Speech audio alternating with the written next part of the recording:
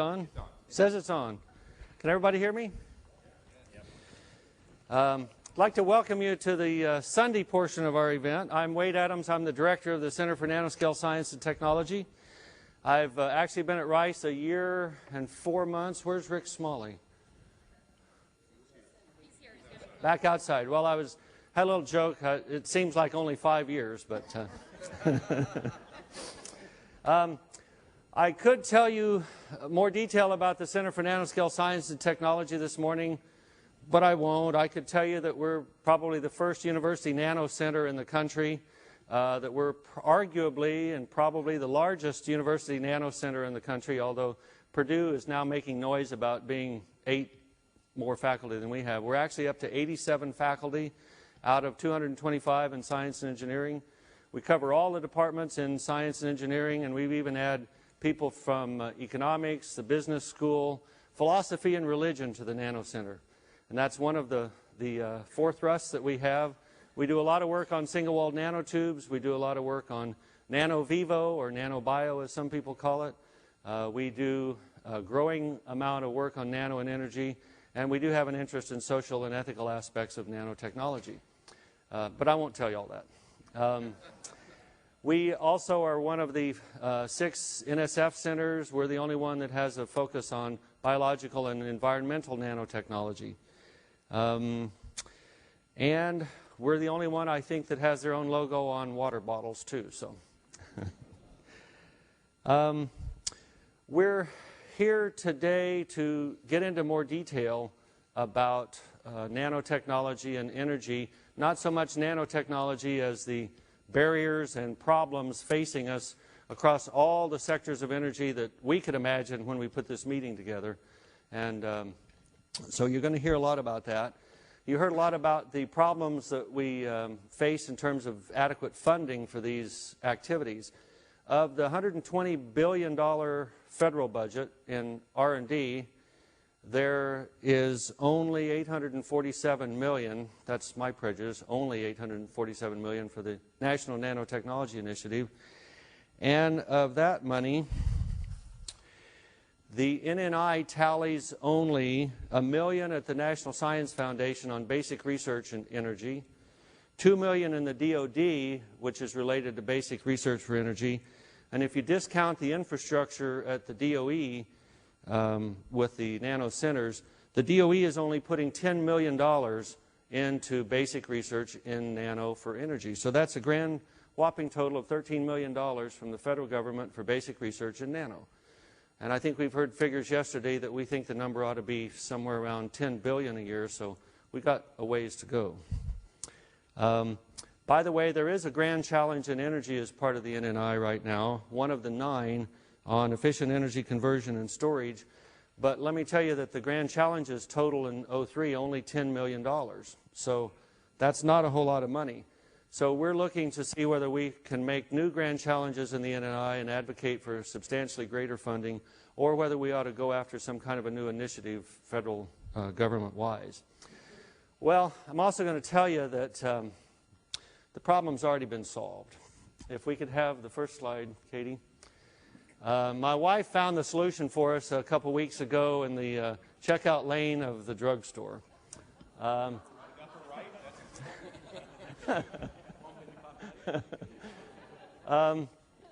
Now, I hear that NASA has a secret research program going on to build a fleet of tankers that will get off the moon's low gravity and come back to Earth, and that will result in 10 cents a gallon, according to the magazine here.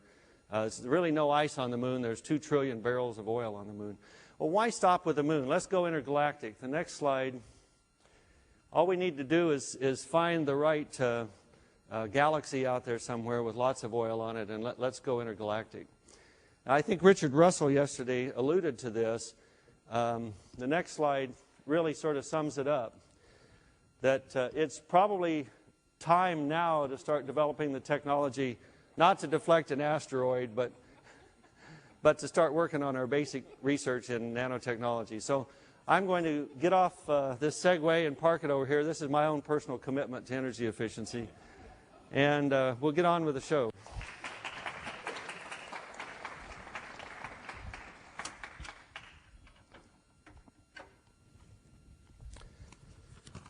Let's see. So, a couple of things about the schedule today. It is really, really tight. If you have taken a look at how many speakers we're packing in, we apologize for that, but there's just so much to cover, and we wanted to cover all of that information.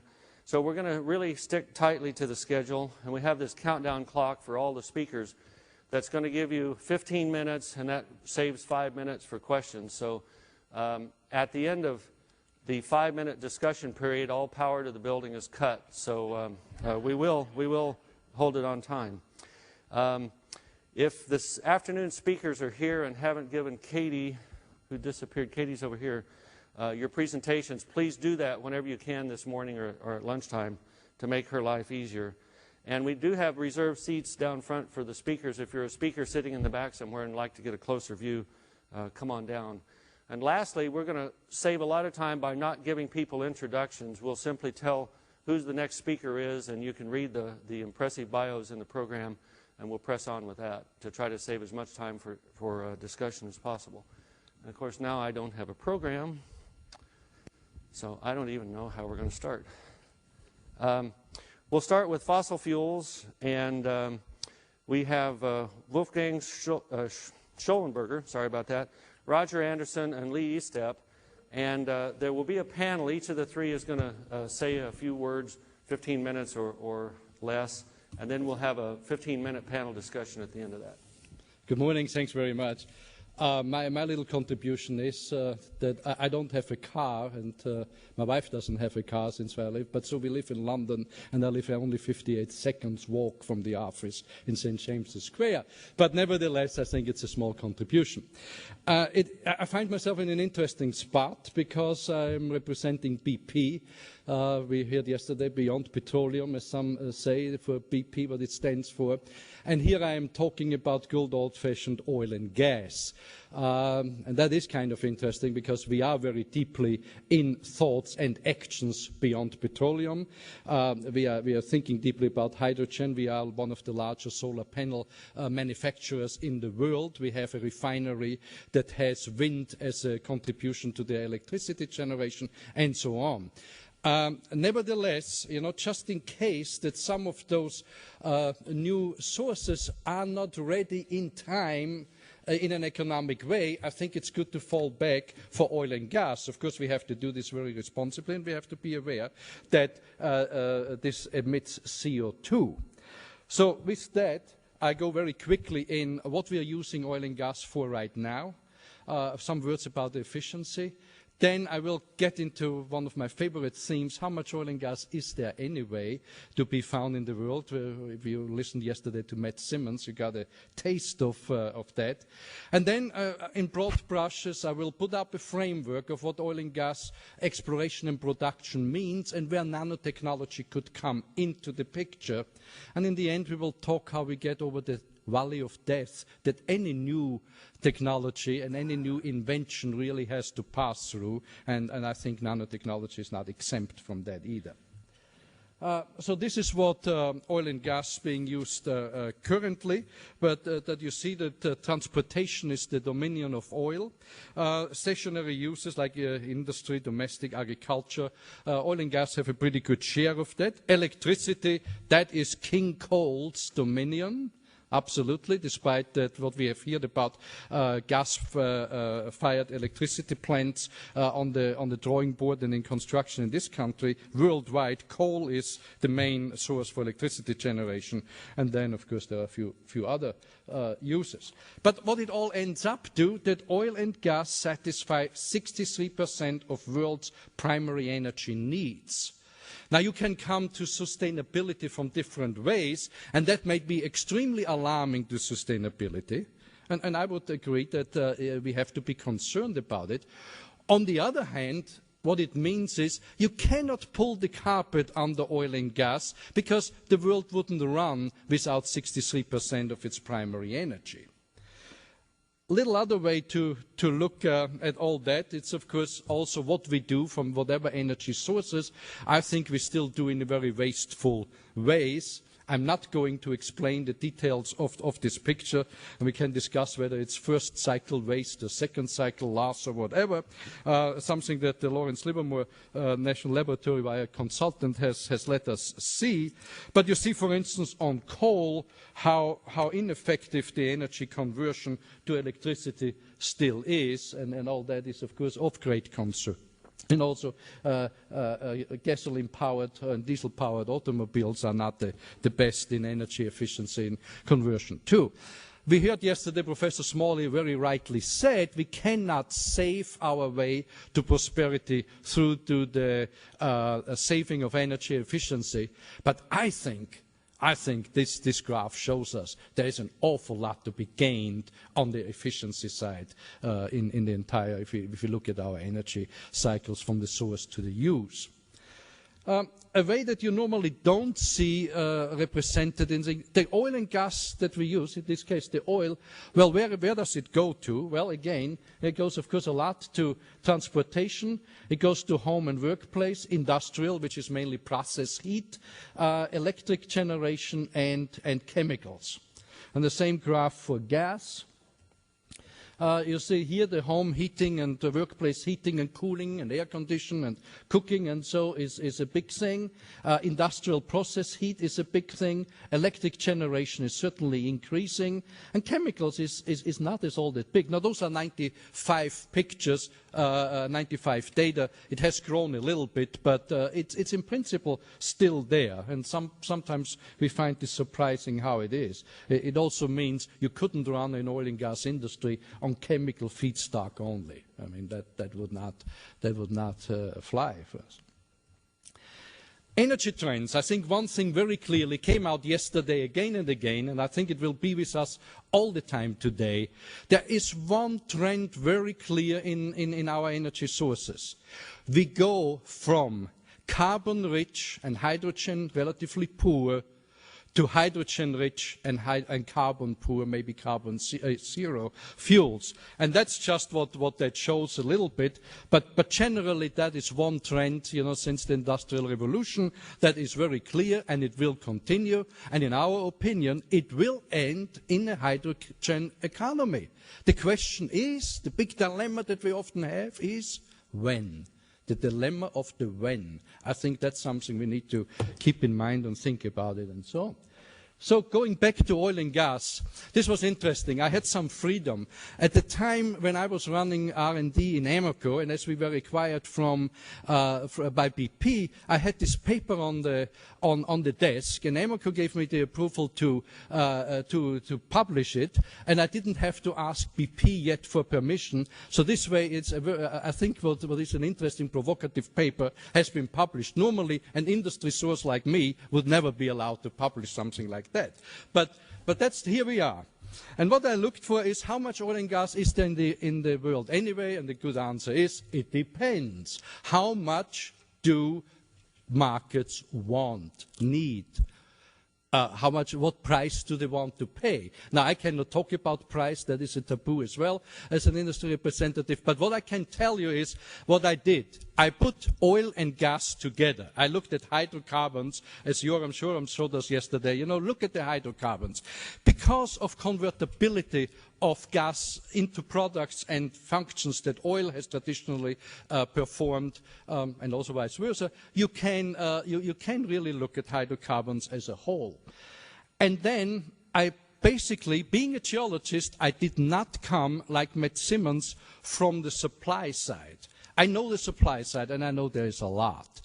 We'll talk about that a little bit. But what I said is what really depends and controls the reserves is how much demand is there. Everybody who works in an extractive industry knows that high demand creates high reserve. Low demand creates low reserves. Of course, somewhere in between in this is the multiplier of price. If people want to pay the price and really want that product, it will be there, at least for the next 100 years in oil and gas. No sweat. It is a finite source, and even I know that, having been accused of being flat earth by Colin Campbell. But I know it's a finite source. But for the next 100 years, we basically are demand constrained. It's whatever we want. Three scenarios. One is, another hydrocarbon century, an energy mix scenario, and end of the internal combustion engine scenario. Well, you can say, and people have done it well, what he says is what everybody else says. It's a peak around to 2020, 2030, so what's the big deal about it? I think the big deal is that my scales are slightly higher than somebody else's scales. The other thing what I didn't do is I did not artificially separate conventional oil from other oil, or conventional gas from other gas. Because the person who buys the product doesn't know where it comes from. If you define conventional in shallow water or on land and unconventional in deep water, who goes to the gas station knows where it actually comes from. It's anyway blended probably and so on. So that doesn't really matter. As long as it's there in the right quality for the right price and conveniently located, it will be bought. And that's what that says. In a way you can say, if we would say, and I know it's the comparison is limping a little bit. Milk by hand is conventional milk. Milk by machines is unconventional milk. Or we would have had a peak of conventional milk a long time ago in this country. I know milk is a renewable resource, so that's why. Anyway, those slides, I go quickly through it. I don't explain them. You can see them later on. They show the elasticity of reserves and resources. This is what we see, what we have found, what is findable, what is unfindable, and this is actually what we can produce from that. And you see in one scenario, we find a lot and we can produce a lot. In the other scenario, we still can see it technically, but we are not willing to pay the money to produce it. And in between is the energy mix one, which I think is the most likely scenario to come anyway. And that has been said over and over again, and all kind of people have said, I have said that, and I don't even know who has said it first. I'm not going into anything, but this has been said by some people. All right. So what challenges does the oil and gas industry, as long as we are needed, still have? Well, one is, of course, access to new acreage. CO2 sequestration is a big challenge, knowledge management, and all overarching, the big one is environmental harmony. We only will, as an industry in oil and gas, have the license to operate if we can prove that we can do it without damaging or impacting the environment more than it is absolutely necessary. If not, then, and rightly so, we will not have a license to operate. Now, let's see into the oil and production how nanotechnology comes in, and it's very broad brush. I hope we will in the discussion and tomorrow flesh it more out. But basically what we do, we image the subsurface, we make a hole, we evaluate the rocks and the pore fluids around that hole, we put infrastructure into the hole to get oil and gas to flow to the surface, and then we transport it to a processing plant refinery. And I stop here because this is an EMP-related talk. We can see tremendous things in the subsurface nowadays. This is in many thousand feet of depth below sediment, and it looks like a delta. Well, it's a deep water fan, and if you imagine that the yellow things are actually the sands where the oil could be reservoir, you see what definition we have. And the geophysicists tell me this is only the beginning. We're just scratching the surface. And then, of course, this is imaging. Visualization is something completely different. That is just make the whole thing fancy in 3D and let us walk through the data room before we drill a well, and most companies can do this nowadays. Of course, then we drill the hole. Now, drill bits is still something very antiquated. We need better, super hard drill bits, maybe ceramic coatings. That is some entry for nanotechnology. Laser drilling. Laser emitters, maybe there are molecular laser emitters possible, and some people say yes. That could be something that could help us. Tubulars, lighter, stronger tubulars has been mentioned several times. Of course, since we have to put them on top of our drill bit or into the well, something that would be most and most welcome. Never mind the language, we're going deeper and deeper water, and that gives, of course, challenges for drilling and production. On the evaluation of the pore fluids, of course, we need sensors. We need to be able to measure. We need to be able to measure in a remote way, distributed over the entire wellbore, pressure, temperature, chemistry, flow rates, and several other things. There should be sensing materials, sensor components and sensor system. Sensor activation can be very important. Data processing and storage, of course, and then the whole ball of wax of knowledge management. Infrastructure in the whole, again, lighter, stronger, more durable materials. They have to be resistant to high temperature, high pressures, sandblasting nowadays also, corrosion, whether corrosion comes from H2S, CO2, or whatever it may be. Distributed sensors, we have said that nanorobots would have a place there. Not going into detail of what intelligent wells look like, but we are producing from one well several horizons. We need to be able to shut off water once the history of the well demands us to do this. Flow to the surface, well, we need to keep the pore space open and very small pore space. Or we need to shrink the clays that are inside the pore space. Clay swell, if we put maybe nanotubes in there, we can get the water out of the clays and therefore make the pore space wider so that our oil and gas can flow through it much, much easier. We can prevent water from encroaching too early in our well pores. If we can plug in the pore space with little pluggers there, biological pluggers, mechanical pluggers, we can help us an awful lot.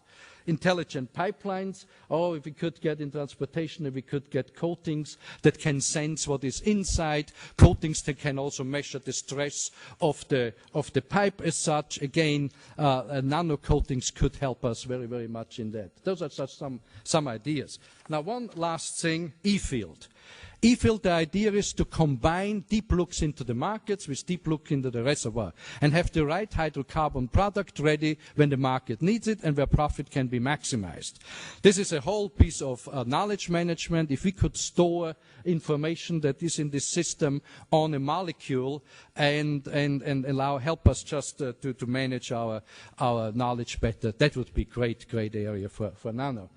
Again, what I said in the beginning, I would like to say at the end, the trend is irreversible. We will go from carbon-rich fuels to hydrogen-rich fuels, eventually end up in a hydrogen economy. I took this from Shell, basically there, only extended it by 50 years, so everything from 2050 on was my fantasy. This is what the future, an energy future, could look like. It's certainly a mix of various sources, and we will probably need them all. Not going too much into this last picture, but just say that nano right now, if we are careful, falls into the valley of death, and we can certainly get it out of it with a number of actions that can bridge the valley of death, and that could be part of my discussion. In summary, I think we will need oil and gas for quite some while still. I can tell you there is enough there, and I can tell you that nanotechnology can help us in conventional oil and gas. But working for BP, I also hope that the future of fuels beyond petroleum comes very, very soon. Thank you very much.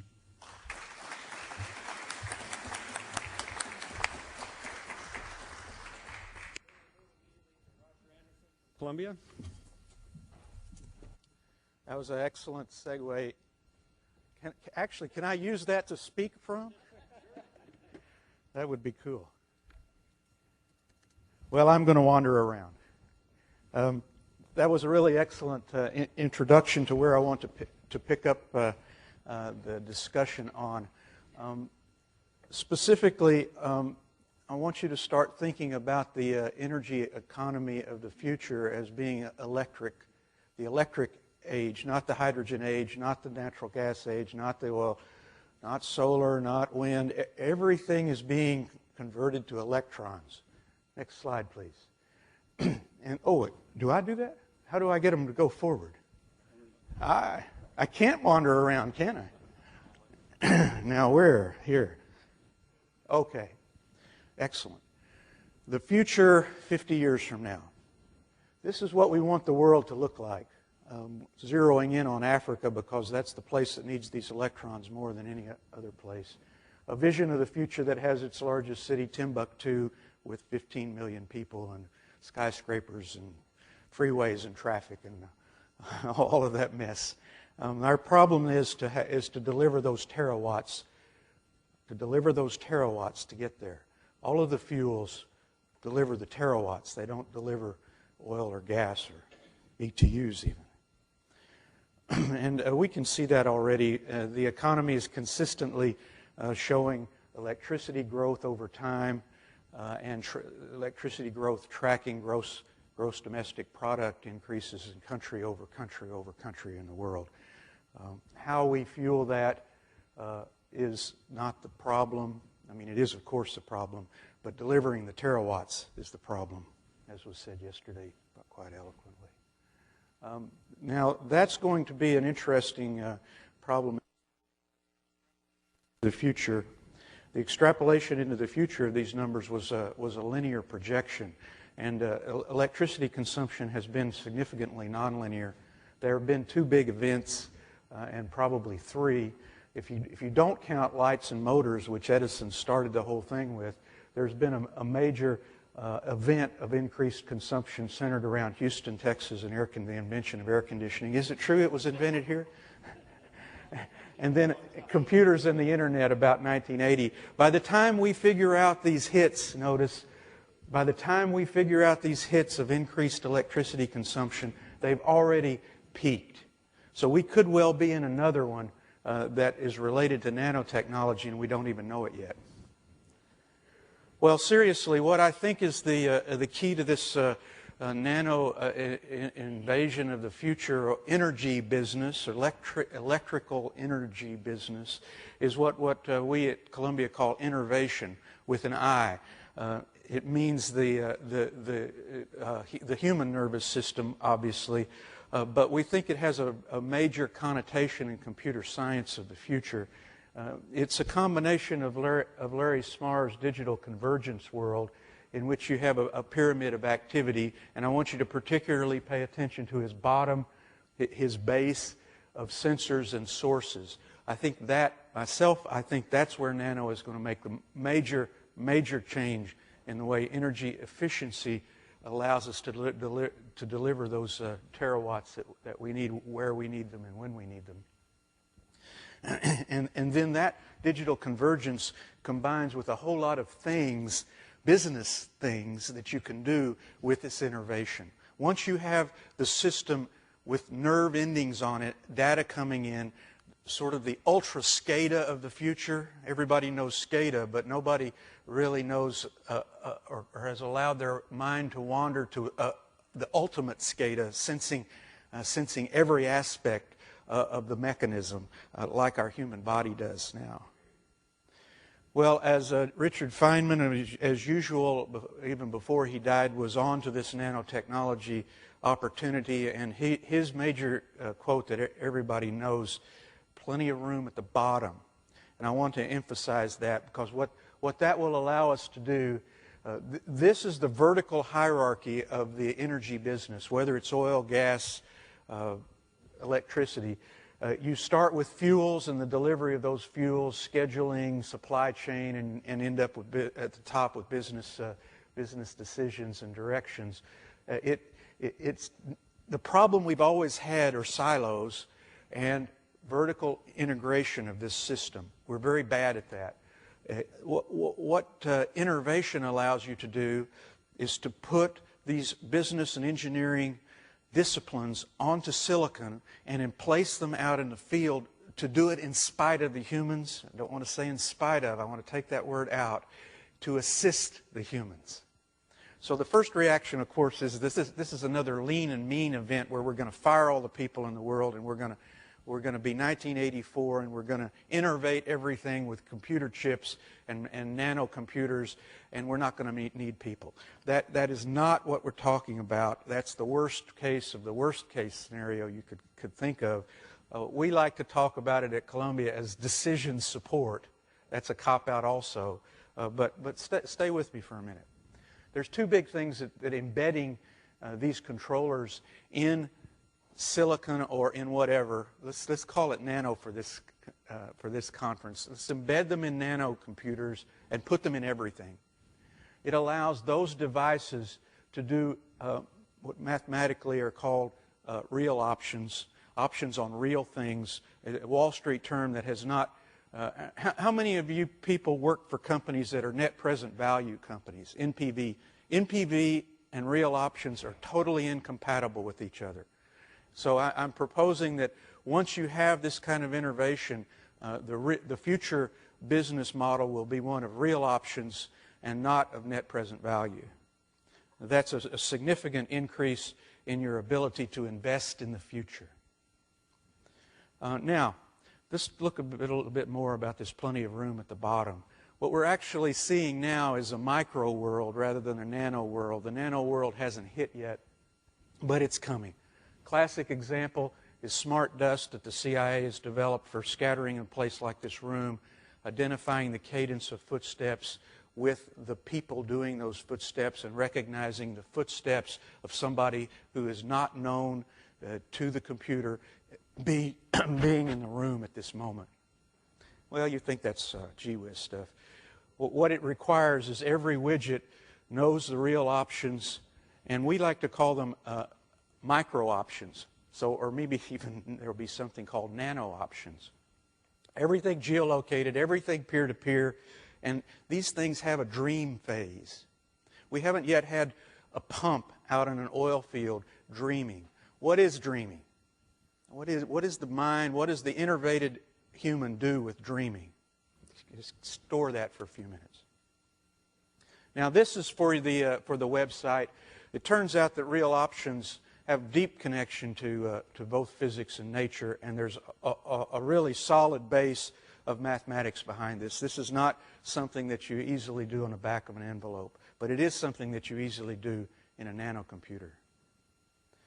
An example of micro options might be the innervation of a pump jack or a few pump jacks to the point where they know the price of oil, gas, electricity, what's coming in, what's going out, and they do their own deals. Swap their own oil and gas without human intervention. Well, can you do that? One of the major things that's being done right now in the far field, you never see this in the energy business first. The energy is often, particularly the electricity business, is often called last adapters. Where you're seeing it in the first adapters are places in the consumer market like Gillette. Gillette has just ordered 500 million of these little RF transponders and geolocators to go on, not their razors. They got a business with razors. What they have a problem with is theft, global theft. You put these things on all the pallets of all the razors that you send around the world, and they don't get stolen anymore. Or if they do get stolen, you know where they go. Well, we know that as LoJack. We know that as in big, expensive things. But think about it in everything. You lose your wallet, you know where it is. You know the latitude, longitude of it. You may need the police to help you go get it, but at least you know where it is. Or it might be chopped into 20 little pieces, but at least you know where it is. Well, of course, Microsoft is all over this, like they're all over everything in our lives. But they are, to this moment, producing a watch that will deliver you critical information. Say a medical condition delivered to you by monitoring that's remotely done by two-way for your wristwatch to the hospital and back to you. There's just so many things pop into your mind about how that might be useful.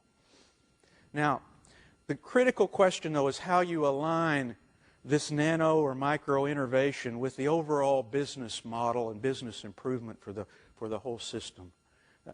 This is a system improvement event. This is not a put a little gadget on a little pallet or on a little razor. That is not the overriding positive benefit from this. I'm claiming that the whole entire electricity business is going to be made orders of magnitude more efficient. That gets us part way to this terawatt problem. I'll show you what I mean. We all know about technology, process, and people. How many people here in this room have a Capital One credit card? 1, 2, 3, 4. You like it? It is an innovated operation. They go down, customized to the masses is their logo.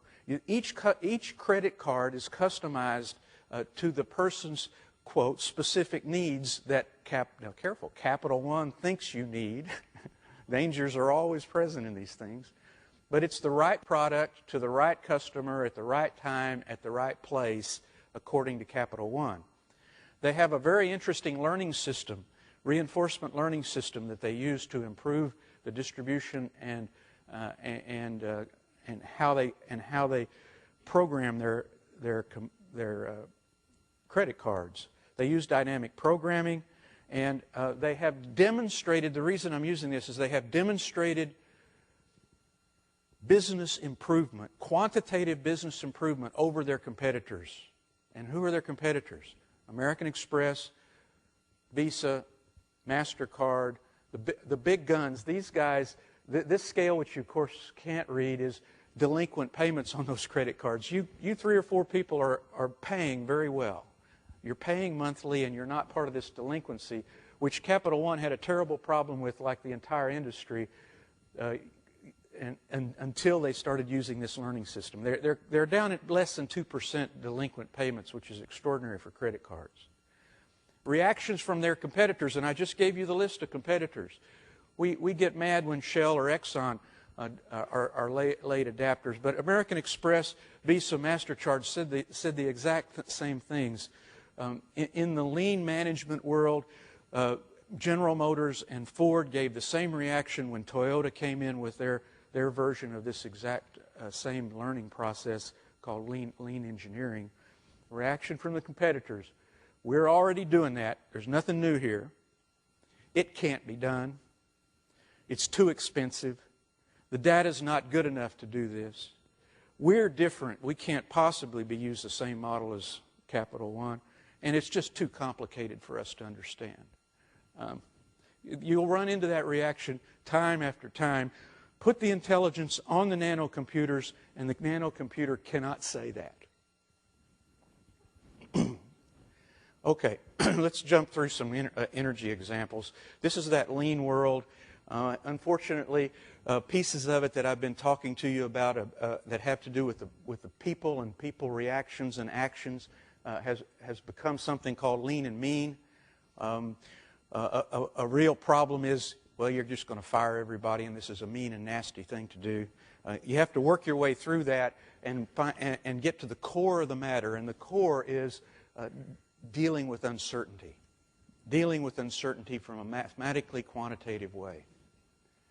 One great example is the ultra-deep water, where you've got platforms, physical stuff on the seafloor that costs billions of dollars, and we just flat cannot afford it. We have to improve the system. Constraints, the reservoir uncertainty is causing all of that extra expense. We're overbuilding everywhere, and real options, nanocomputers can really help with that problem by understanding exactly where the efficiencies and inefficiencies in the system really are. Okay, I want to jump into the electric grid because that is the place I think the biggest benefit is going to run from, and I've got a little minute and a half animation here, so I've got to jump to it because I'm running out of time. You can see this stuff. Here's an example of how it can be used for terrorism, anti-terrorism, homeland security. Somebody attacks a delivery system in Maine.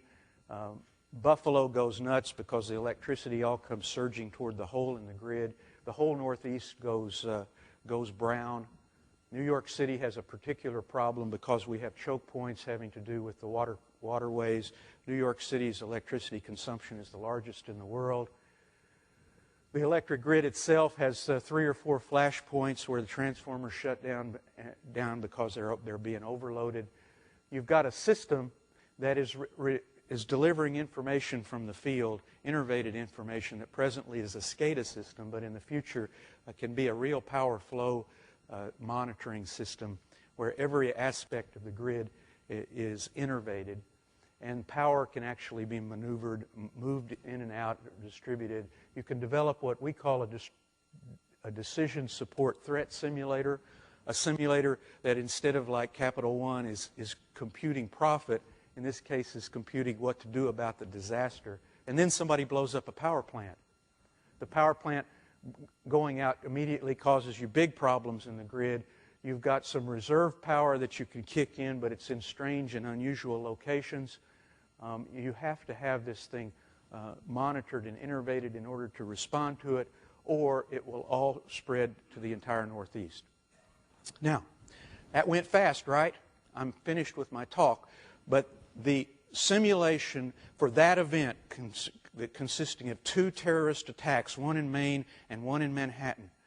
The propagation of the disturbance and the requirements to respond to it were timed to that video. It's a minute and 30 seconds. It's all the time that you have to respond to the problem. That is a case for requiring nano innovation. And with that, I'll end with people are going to pick up in the back in the afternoon with things like this. This is a perfect nanobot. Does anybody recognize it? I'm walking off the stage. Does anybody recognize that? That's a naturally occurring nanobot. It carries natural gas. It carries 7 times its weight of natural gas. You can stuff a lot of natural gas in that. Anybody recognize it? It's a gas hydrate. Great transportation vehicle of the future. We make intentionally gas hydrates to carry our gas to market. Thank you very much.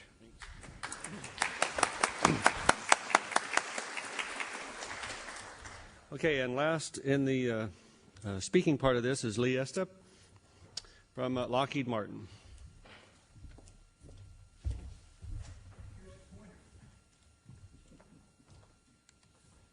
Wolfgang, I transferred ownership of this valuable beacon.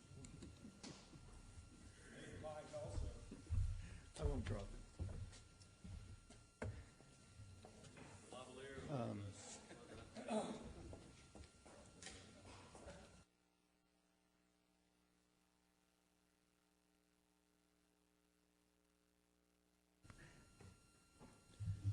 Is this on here? I'll just go ahead and use this then. I think I manage. Thank you very much. I'm Dr. Lee Estep. I work with Lockheed Martin. I'm a senior scientist for them. Basically, we're under contract to NASA, kind of a captured situation at Stennis Space Center. I was given kind of short notice about this meeting, so I really don't have a presentation directed right at the topic of this workshop. However, what I thought I would do is tell you a little bit about what we do, and especially the group I work with at Stennis, and maybe at one point or another point out where there is a crosscut or a connection between what we're doing and what this conference targets as some of its main problems. Now, this presentation is one blessed by NASA, and it's very top level, a high level gloss. So I'm going to skip some of these slides and just direct my comments to just certain ones.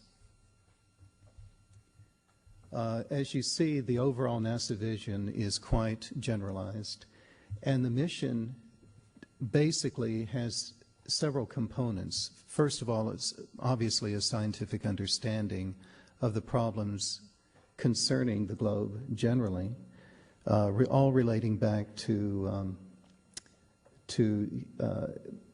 human society, societal needs. Also, to actually take the benefits of the sensors and instrumentation already in place, together with models, databases, and so on, to bring those all together to address specific scientific questions. These are some of them, and as you can see, a lot of them are wrapped around climate change, how these all get interconnected, with various questions that can be resolved by using a lot of the instrumentation already in place in orbit. Now, this is not even counting airborne assets like the Avarice sensor at JPL, radar sensors housed there as well, shuttle missions that have captured a great deal of data about the Earth. Various ones of these, like the vegetation canopy LiDAR, the subtle radar topography mission or mapping, all of these can be brought to bear on different questions that we face generally about environmental and global issues.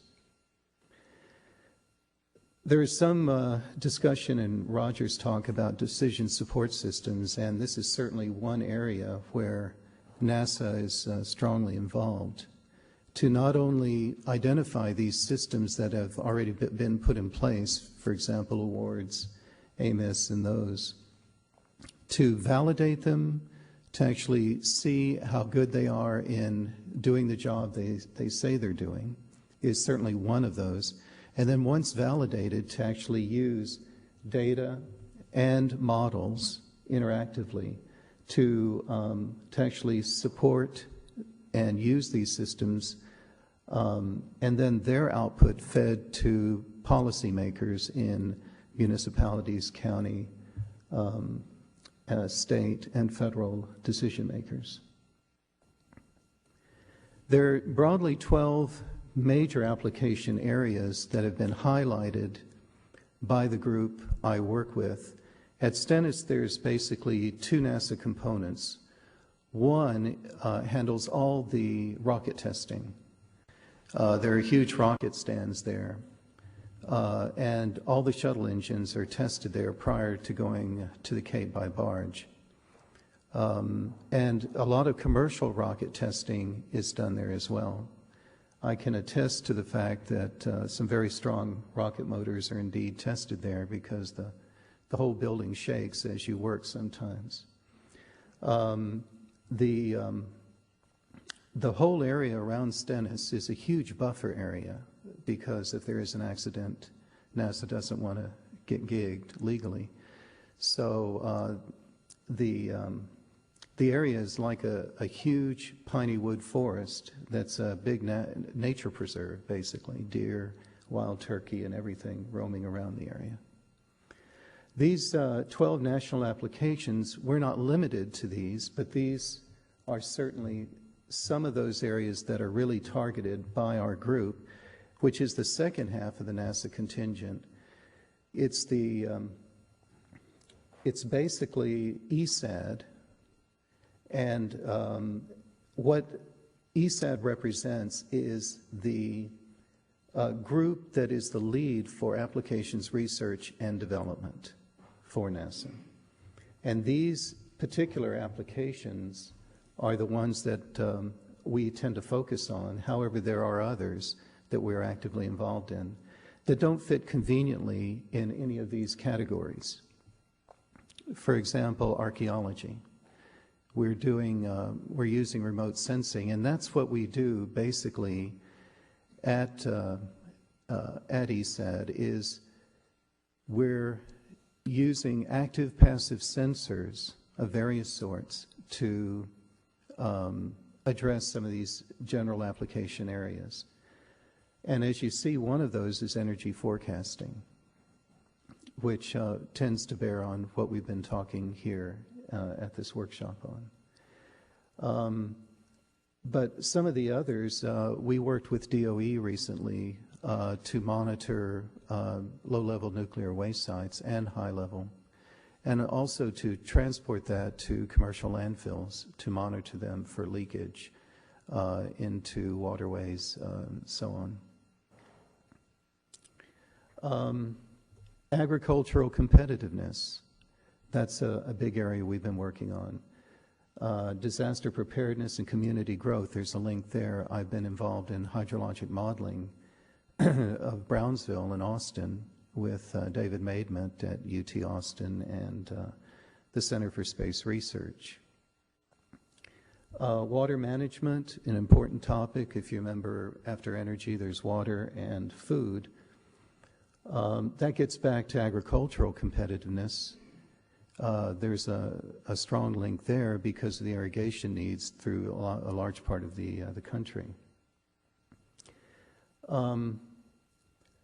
Some of these other things that the group does involves also disaster, as well as linking that to air quality. This is actually a hold on.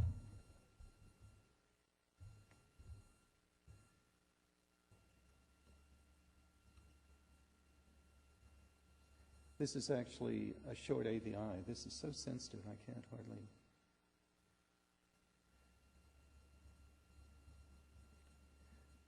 I'll just describe it. It's basically a simulation of a plume dispersal down by the Superdome in New Orleans.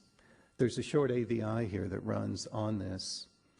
Essentially, you have a biologic or a chemical agent that would be released down by the Superdome, and you can see its dispersal in a time sequence through the microclimatology of the urban environment. Other things are force management issues. We've worked closely with Weyerhaeuser and others to do things like a fire model. This is a simulation that runs to show you how a fire starts and how it spreads, a visualization of that. We work closely during the World Trade Center with FEMA, which we've done with flooding and so on, to provide assistance both in terms of GPS and airborne assets, including the Avarice sensor from JPL overflying the area to find hotspots in the debris. There's a short flyover there that I'll skip.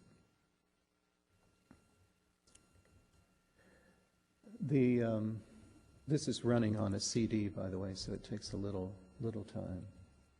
With energy forecasting, we've limited this slide to basically wind-related or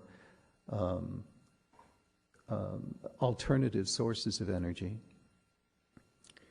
But the essence of what we would like to bring to this conversation of this workshop is that NASA has a huge amount of assets and a huge scientific database, plus a lot of expertise that we feel we can bring to bear for energy forecasting, for exploration. For example, we worked some years ago with Dr. Prelot on his development of the TEAM sensor that's used by Texaco for exploration. It involves a hyperspectral sensor and a SAR unit on the same platform. And we would be willing to talk, interact with any group that has an interest in pulling us in and getting us involved. Thank you.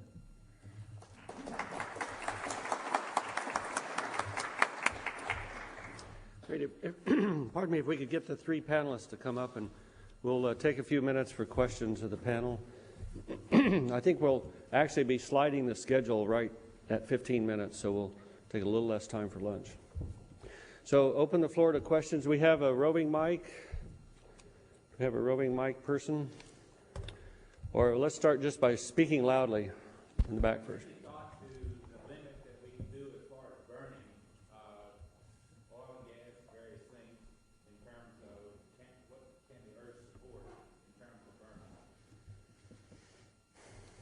Well, the carbon problem is actually one of running out of oxygen.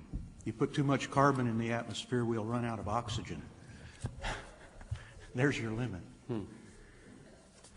Right here. I wanted to ask the fellow from BP that you're giving a somewhat different perspective on how much gas and oil there is around. I think it has two cuts. One is that it gives us more freedom, obviously, for energy sources. Another is that the ultimate limit on the global warming may be higher if we think the real reserves are twice what everyone's saying, more like 2,000 ppm rather than 1,200. And so your comments on what you think about reserves and why you think rather differently than the other folks here would be appreciated. Well, in the first place, in the end, if you believe in open markets, or remnants at least of open markets, not completely open markets, well, nothing is really completely open market, then you would have to give the customer a choice. The question is, what are the customer's motives? I mean, we were just to this whole thing with Iraq. What are the motives behind Iraq? And so on. That gets very difficult. Now, if it's environmentally driven, you know, exactly along your lines, people will stop buying it and using it, and therefore changes will come from that side.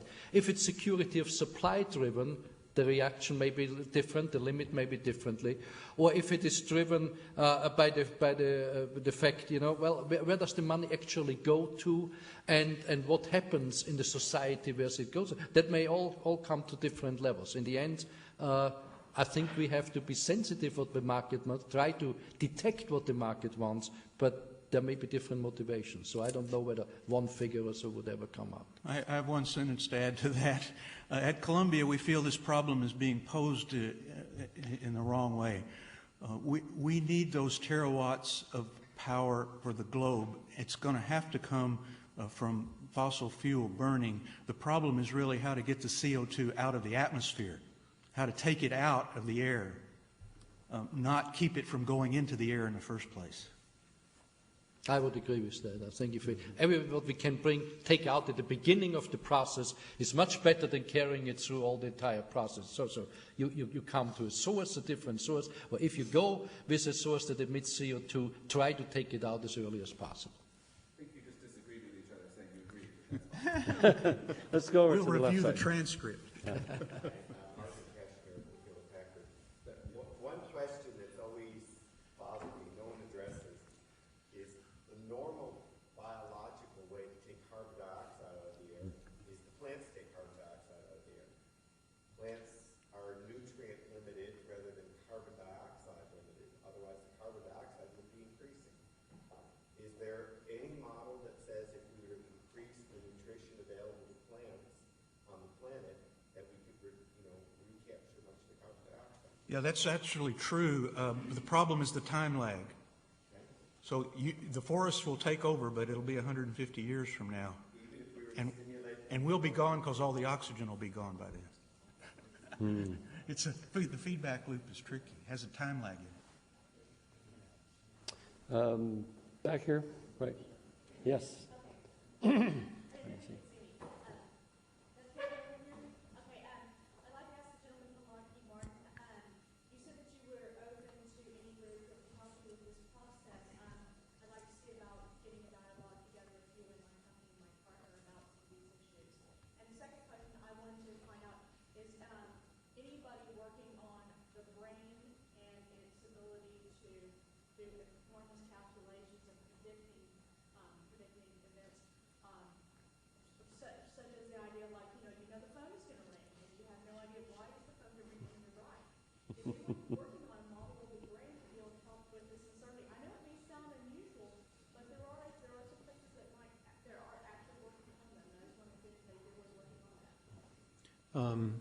Well, as far as an email address or something like that, I can give that to you after the other thing about the model of the brain and having some precognition, is that what you're talking about?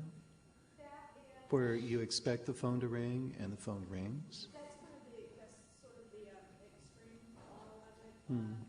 More, immediate application would be how the brain is able to do so many calculations and using that as a model for AI and eventually putting it, like we were talking about. Well, I think that's how AI and neural networks began, was to try to model the nervous system of the human being.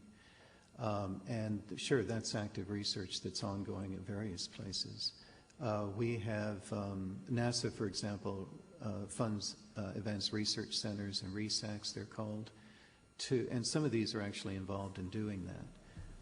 But as far as precognition and things like that, I don't think anyone's working on that actively in terms of trying to engineer an AI system that might duplicate that. Right front. Hand out mics. I wanted to ask a question to Dr. Schollenberger. In particular, in looking at the scenario of another hydrocarbon century, what is the anticipated price for the energy? You won't get a price answer from me. That is absolutely not. It wasn't on the chart. But The three scenarios, I think the reality will be somewhere in between those two lines. And I think I did this in basically 96, 97, published in 98 in the Austrian Academy of Sciences. They made me publish it in German so nobody reads it. But, and they have the rights for publication and for translation and don't give them free. I'm still working on that. But I will write an update in 10 years afterwards, because I think it's not worthwhile to look at those things every day. You know, those numbers are so far out and so uncertain anyway. So every 10 years is probably enough to look at it. And then we'll try probably to narrow, with what we know about the world and what the demand will be, we can try to narrow the range. Nate Lewis, Caltech. I have a comment and a question. The comment is in response to the biomass plant growth enhancement and sequestration. This has been looked at in some detail. And of course, it's transient in the sense that as you stimulate plant growth, you'll have more land coverage, and it's essentially a sequestration induced by more biomass. It's worth transiently about a terawatt, and then you saturate that out. So you also have to, that's gross, not counting the energy needed to put in to stimulate all the growth, which must be continuous. So it's a transient effect at the level of about a terawatt, equivalent to sequestration for a few years kind of effect. To calibrate you, photosynthesis globally right now accounts globally for 90 terawatts, is how much energy is in detailed balance on the carbon cycle already for photosynthesis that keeps the CO2 level the way it is. So you can perturb it a little bit, but it's only the transient effect. My question is on this reserve issue on the hydrocarbon, that specifically didn't include, as far as I understand it, coal, which may be the most abundant fossil reserve that we have globally. And so, in fact, one could take the view, since fossil is fossil, and I could convert solids to liquids and gases as well, that we have more than ample reserves of fossil for the next several hundred years, if considered in all three forms. And if that's true, then it really comes down to a question of, does one believe that we have greenhouse kick in or not? Because if not, we would have ample fossil for many hundreds of years. Is that a correct inference or an incorrect inference from the extension of oil and gas? No, I think it's a correct inference. The thing is, there are a number of things. Coal and everything you do with coal emits more CO2 than oil and gas. Oil, and then oil more than gas, so you can scale it down. So that's one thing, you have to sequester it, you have to handle it. The other thing is, of course, a liquid or a gas that you drill in, it comes to the surface by itself, or something that has to be rather tediously digged out underwater, and all kind of hazards, water flowing in the subsurface, so is a cost issue. And then the energy conversion issue is another one if you want to go to electricity. And certainly if you take combined cycle gas power plant, you combine it with a primitive coal plant, which is not a fair comparison, then you can. But, I mean, in principle, all you say is sound. Yeah. Carbon is carbon. Over here. Thank you. Ilya Geltzer. Dr. Schoenberger, how would nanoclays work? Why would they be better than microclays? How much would be needed in the United States? How would it help with enhanced oil recovery? I did not get the first part. How would nanoclays work? What's the advantage in water control by being a nano size? Nanoplates? Nanoclays. Clay. Oh, what I meant is that you have clay minerals, and clay minerals have a lot of either water or OH groups in there, in the mineral lattice. And if in a process that I must admit do not understand, but was told is probably some avenue to follow in research, Dr. Smalley will tell us probably something about it, if you get nanotubes to capture the water, and then you just remove the nanotubes, you have made the clay shrinking. Maybe you don't even have to remove the nanotubes. I don't know that. Nanotubes, bucket tubes as capture of hydrogen or of water. Yeah. In the back first with the mic. Yeah, this for Dr. Schellenberger. You talked about the harder and lighter weight cutting tools using nanomaterials. Is there any program in place at BP for this? Not at the moment, no. Or is there anybody else? We are looking constantly at improvements of drilling bits as well as improvement of pipes. And since we do not make and market those means that we use, we are partnering with companies that do that.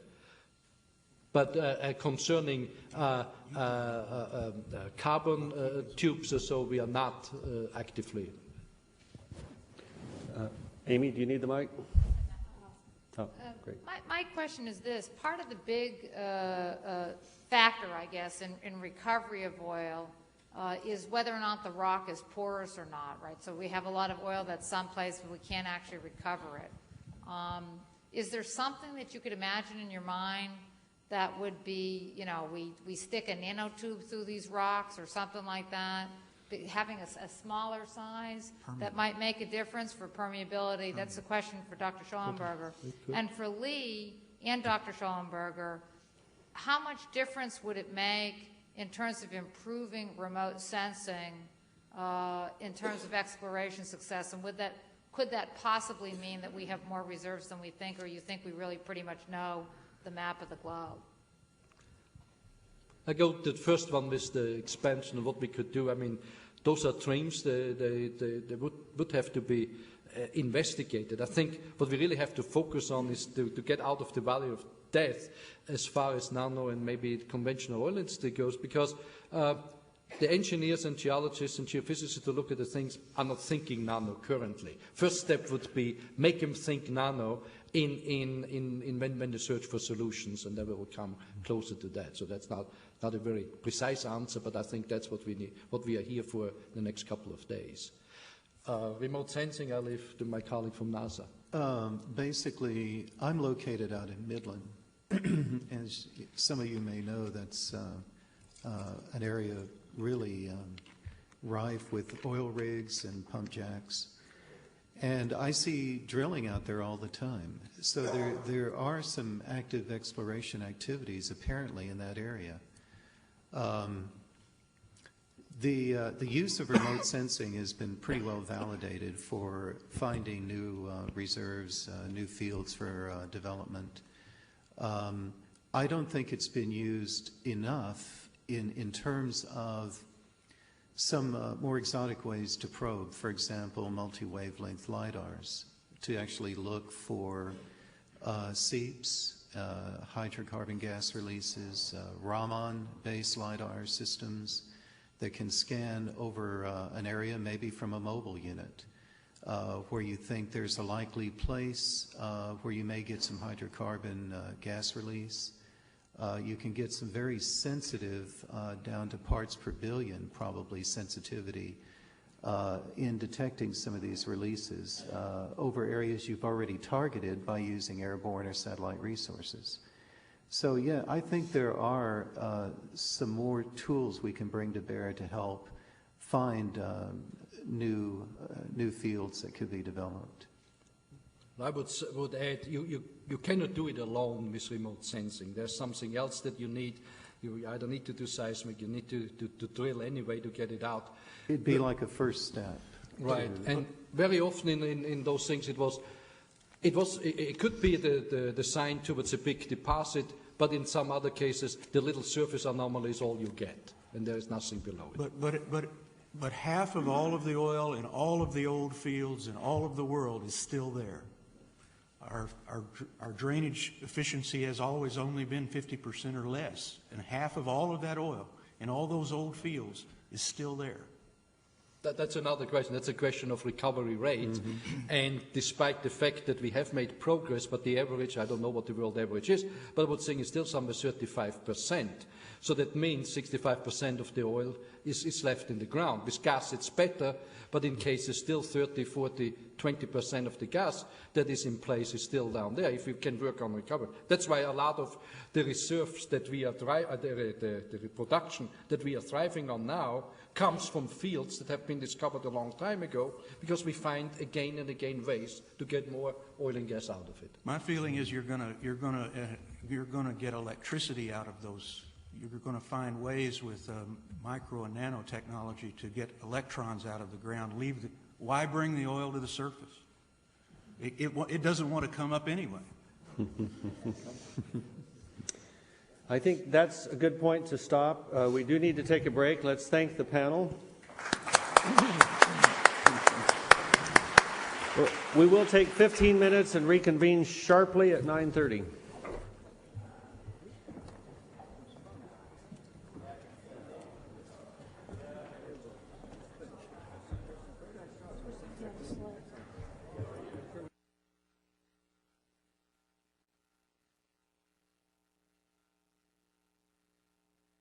Together. It's been very fun and informative. I was the director of policy at the Department of Energy when, as described by one of yesterday's speakers, there was a high degree of cohesion in OPEC, and it was not a pleasant time. And I spent a lot of time in OPEC countries. And after I left the department, I was invited to speak at an OPEC conference in Vienna. And it was kind of a tense time. It was 2 weeks after 9/11. And I was on a panel with Al Naimi, the Saudi oil minister, and he, of course, was first, and I, of course, was last. And in his speech, he proceeded to describe virtually everything that I was going to say in my speech as a myth. I felt a little bit like that yesterday when Matt Simmons was giving his rather pessimistic presentation on gas supply. I would like to first thank Dr. Schollenberger today for rescuing what is essentially the central premise of my presentation, that gas demand is driven in large part by the abundance of the resource, rescuing that from the realm of the mythological. These are the drivers for natural gas demand. As I just said, resource abundance, overall growth in energy demand, and general growth in gas demand, geopolitics of oil, inexpensive power generation, and environmental benefits. This is gas consumption by region. You can see 4 large blocks of gas consumption where essentially driving the world's demand for gas. In Western Europe, you'll see between 1999 and 2020, 87% increase in gas consumption. Eastern Europe, 62% increase. Developing Asia, 256% increase. And North America, 56% increase. This represents 76% of the gas consumption in the world. These are the world's gas reserves by region. Middle East, 36% of the gas reserves. Eastern Europe, 36% of the gas reserves. That's basically the story on reserves. The known reserves will take us through the next 50 years. Unproved reserves could take us through the next 200. EIA's most recent data says there are about 5,500 TCF of proved reserves in the world. The world's using about 100, will use about 169 TCF, so that's a lot of gas. However, about 50 to 60% of that gas is stranded. As everyone knows, gas is transportation limited, and that gas is stranded by virtue of no transportation options and distance from markets. Also, in the U.S. in particular, gas reserves are technology challenged. Matt Simmons, I think, correctly said yesterday, we have essentially cherry-picked all of the $2 gas in the United States. He talked about the Hubbert curve. Hubbert did gas curves as well, predicted that we would peak in the 70s and run out in 2000, basically. Absent technology changes, he would have essentially been correct. Technology has taken us into unconventional gas. It's taken us into deep water. Those were things that he did not figure into his calculations. 79% of the world's gas reserves are in just 12 countries. This is the coal, gas, and oil consumption by region. Orange is oil, pink and yellow is gas, coal is the purple and the blue. You can see big growth in basically, one more. The real story here is developing Asia. You can see enormous increases in demand in developing Asia for all the fossil fuels. This is my favorite slide. Guess what that is? That's oil in the Middle East. These are world oil, gas, and coal reserves. This kind of puts the geopolitics of oil into focus. The Middle East has a lot of gas as well, as I mentioned earlier. And coal, China has about 30% of the gas reserves. Again, there are 4 large consuming blocks. The story in 2020 is Asia. Oil consumption between 1999 and 2020 in Asia will go from 18% to 25% of world total. Gas, 7 to 14%. Coal, 36 to 52%. Other speakers have spoken a little bit about electricity demand. Global demand for electricity increased 75% by 2020. In developing Asia, it'll increase 152%. Developing world will catch up to the industrialized world in 2020 in electricity consumption. The percentage of U.S. Natural gas for power generation is expected to rise from 4 TCF per year to over 11.5 TCF by 2020. This is what's driving gas demand. This is a slide put together by a friend of mine at Deutsche Bank. This assumes 320 gas. EIA said about 2 weeks ago that we're going to be at 420 gas for the remainder of the year. But as you can see, the far left bars are coal, far right is nuclear, second from the right is combined cycle gas turbines. They have extremely low operating and capital costs. The fuel is more expensive. They have a way to go. Prices have a way to go. Coal really is the only alternative. I don't see any change in this in the foreseeable future. This pattern is true internationally as well. The International Energy Outlook says that gas for electricity globally will go from increase 4% a year. That compares to coal minus 0.1%. A lot of discussion of CO2 emissions. Just go through this very quickly. Increasing everywhere by 2020. Africa up 140%. Central and South America up 139%. Developing Asia again up 122%. Worldwide up 61%. Everyone knows the value of natural gas in this regard. For power generation, there's 50% less CO2 than coal. For in-use equipment of equal efficiency, oil has 1.4 times more potential for global warming, coal 1.5 times. It's not just CO2. Gas to coal for power generation, it's 99% less SO2, 80% less SOx, 100% less mercury, a lot of environmental benefits. This is one of 2 illegible slides that I have in my presentation. The really important pieces of the slides, these are technology challenges that I see for natural gas. In the far left corner, challenge number 1 is development of conventional and unconventional gas resources. Challenge number 2, accessing stranded gas resources. Challenge number 3, extending the resource base by developing alternatives to gas. Challenge 4, increased efficiency of natural gas or environmental mitigation. These are near, mid, and long-term technologies. Now we can read them. This is challenge number 1. Near term, a lot of discussion already about enhanced drilling, seismic techniques, reservoir management. I'm going to talk today about unconventional gas production. Mid to long term, I'm going to talk about ultra deep water. Roger already alluded to that. And long term, methane hydrates very briefly. There are other speakers here on methane hydrates. This is a depiction in the United States of where the unconventional gas proved reserves are. The circles are just general geographic areas as to where these proved reserves are.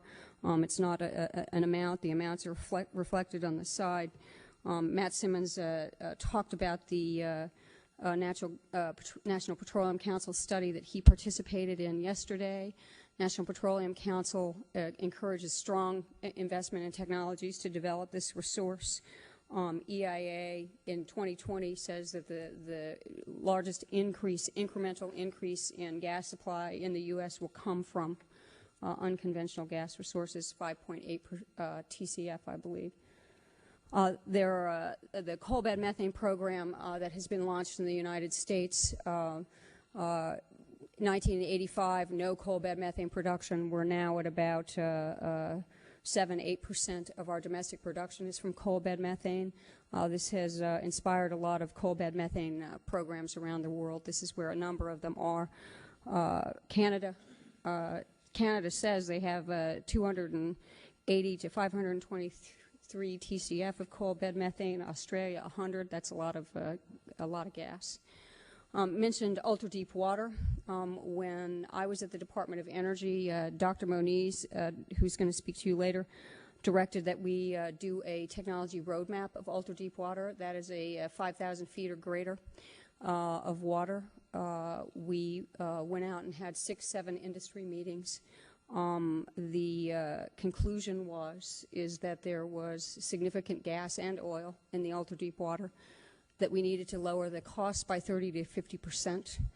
And ultimately for gas, certainly the best way to do that was to take the platform from the ocean surface and put it on the ocean floor. We're doing a lot of work in Washington on that right now and have a piece in the energy bill that would fund that and unconventional gas R&D at about $500 million a year. It's going well. We're in the House bill. These are the location of known methane hydrate deposits in the world. Suffice it to say that it could be a substantial resource of natural gas or natural gas. And I was speaking at the Western Governors last week. The EIA natural gas person actually included in gas reserves the 320,000 TCF of methane hydrates in the world. In the United States. I thought that was a little optimistic. There are a lot of technical problems with producing methane hydrates. It's a very, very long-term option, certainly worth looking at, and others will talk about that. This is challenge number 2, accessing stranded natural gas resources. Near-term, LNG infrastructure and efficiency, gas to liquids. Mid-term, gas to liquids again. Floating LNG production, super pipes, compressed natural gas transport, long-term, again, methane hydrates, and gas by wire. I'm just going to talk about LNG and GTL. These are the locations of the stranded gas reserves. Huge reserves in the Middle East, obviously. Very large reserves in Africa. Kazakhstan, looks like, Caspian, Russia, and over in Indonesia. Significant reserves in the Western Hemisphere, not as large as elsewhere. This is a depiction of the growing regional markets for LNG. There's a market, Africa to the United States, that's growing. The Asia, Australia, Indonesia market over here. The Russians are considering putting an LNG facility in Siberia over here to serve the west coast of the United States, and probably Colombia, Bolivia to serve west coast of the United States too, not on there. LNG costs and infrastructure, really $2.30 to $6.40 gas prices. The gas price today is right smack dab in the middle of the range. The high end of that range is Japan, which is locked into very high price contracts. Low end of the range is Trinidad, Tobago, where they have much more technologically sophisticated facilities, newer. R&D needs for LNG, floating LNG liquefaction, regasification storage facilities. Shell is heavily invested in that, looking to put something online in 2007-2008 timeframe. Subsea pipelines for offloading product to onshore storage facilities. I think this need is motivated by offshore terminals in order to avoid all the permitting and siting problems that would be involved in the U.S. Use of salt caverns for LNG storage, undoubtedly being pushed by a member from Mississippi, congressional member from Mississippi, and micro LNG facilities. Those are, Australians are doing a lot of work in this regard. They are small, much smaller LNG facilities that can be located at smaller stranded reserves. Gas to liquids technology, gas to liquids that enables us to bring stranded gas to market and converts gas into high quality liquid fuels that can be used in the existing petroleum infrastructure. GTL, there's no sulfur or aromatics. It's a high cetane, much higher cetane number than conventional diesel. Better engine performance means fewer greenhouse gases, has fungibility with petroleum products. I think it could be the fuel for the next generation of diesel engines. Kind of a break-even rule of thumb for GTL is $27 per barrel oil over a sustained period of time. There's been 5.5% annual growth in GTL, a lot of potential in the U.S. and Alaska. A big potential market in Asia. Capital costs of GTL have been reduced by 60%, but they're still quite high.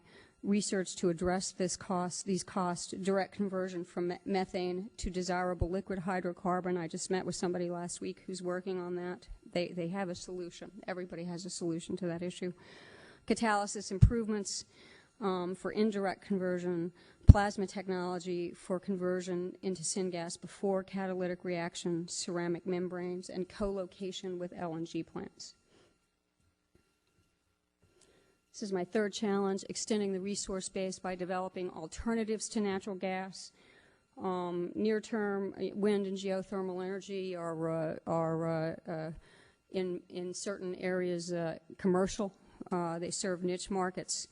Midterm coal gasification and liquefaction, a lot of research being done in China, U.S., India, Australia, where there are large coal reserves.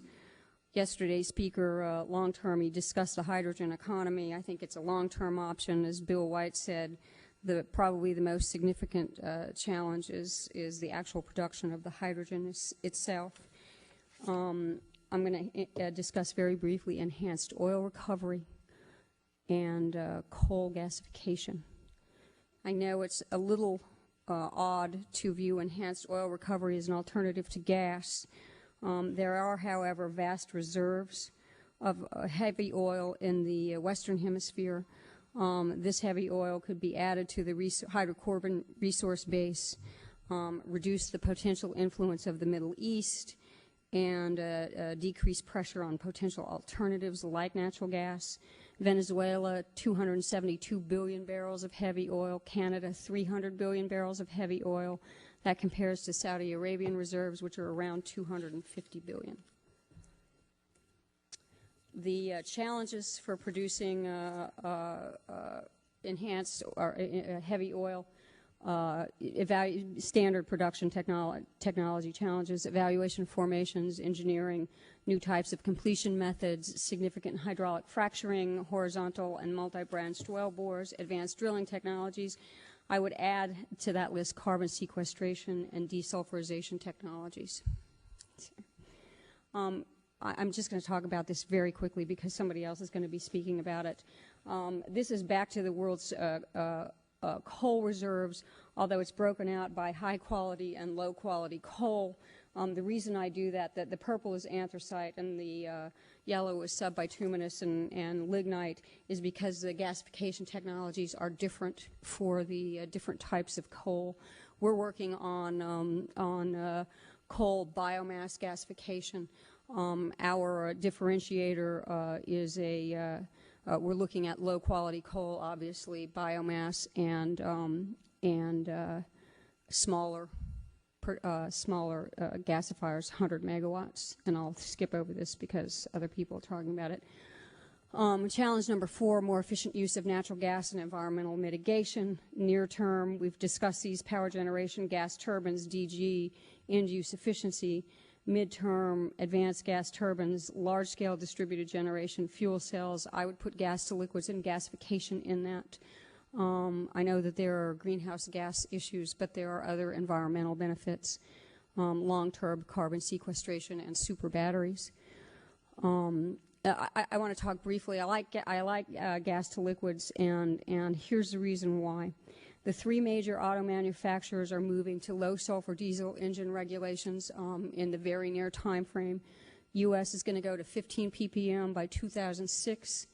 EU 50 ppm by 2005. Within that, Germany is going to be at 10 ppm in 2003, and Japan at 50 ppm in 2004. This is going to create, I believe, an enormous strain on our refinery system throughout the world in order to desulfurize that fuel. And the global diesel market in 2020 will be 36 million barrels per day. GTL provides an alternative, no sulfur alternative to diesel. It's a very good substitute for diesel if we can invest and get the cost down. I think that's one of the very early targeted efforts that we should do work on with nanotechnologies. There are also other environmental benefits from GTL. Hydrocarbons. The green is petroleum-derived diesel. The blue is gas-derived diesel. 43% lower in hydrocarbons. 45% lower in carbon monoxide. 9% lower in nitrogen oxides, and 30% lower in particulates. It has a lot of environmental benefits. I'm going to skip over this really quickly because I'm just going to go through it. Hard to go through it quickly when you've done it that way. This is just regional technology investments I would recommend based on consumption and reserve patterns. Talk very briefly about government R&D expenditures for nanotechnology. I know that Mr. Russell said that it's very difficult. It's not like-for-like trade in the various countries, but there is a substantial amount of money being spent elsewhere on nanotechnology. EU, $600 million a year for the last 2 years. Japan, $1 billion a year, $1 billion in 2002. I don't know what they're doing this year. Taiwan, $600 million per year. And that compares to the U.S. $700 million per year. I think he said the FY 2004 request for the government from the U.S. government was $815 million. DOE gets $197 million of that in the FY 04 request. And I'm going to very quickly relate some certain potential nanotechnologies to these challenges. Challenge number 1, developing conventional and unconventional gas resources. We've already discussed that pretty at length. Advanced fluids mixed with nano-sized particles to improve drill speed.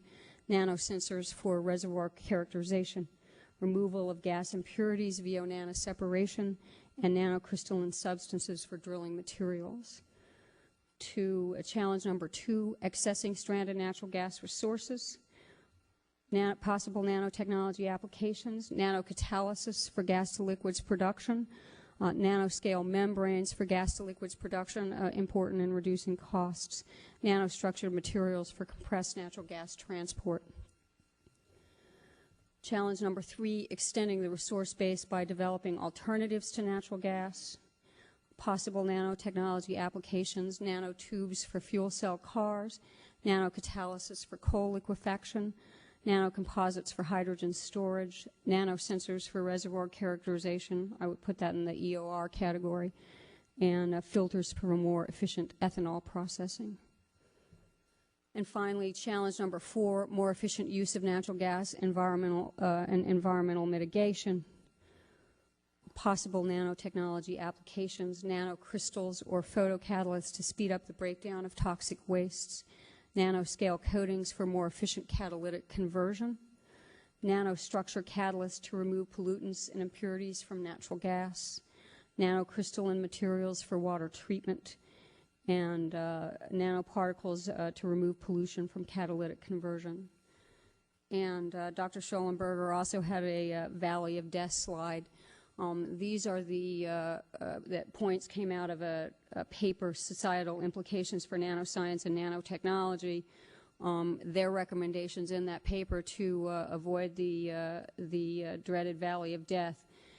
Maximize interdisciplinary collaboration, involve industry stakeholders, utilize university research capabilities, leverage federal and national labs, emphasize pre-competitive results, include studies on technology choices, et cetera, et cetera. The only thing missing from that list is apple pie.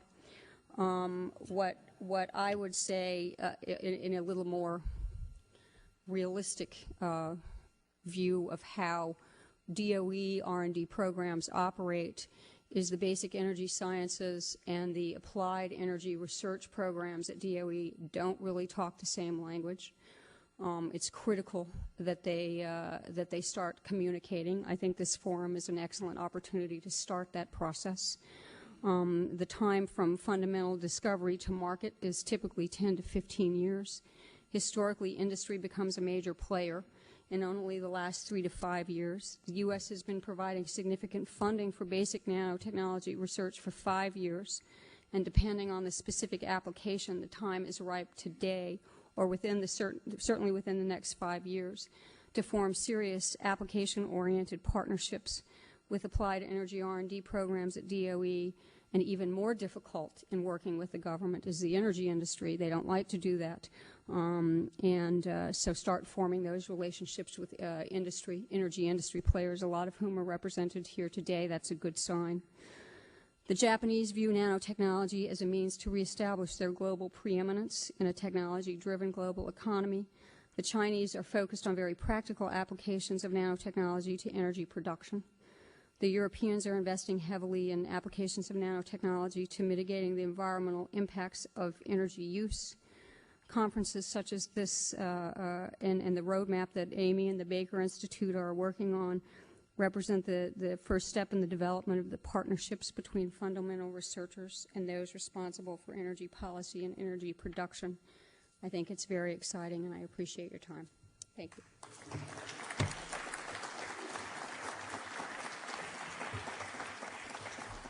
Maybe one fast question from the floor.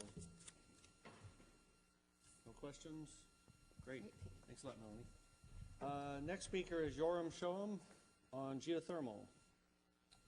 And he's being suited up.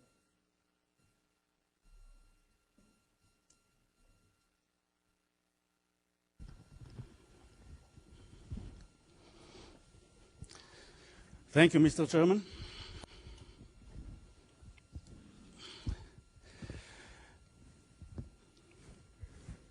So, can you put my presentation on? I can do yours, right?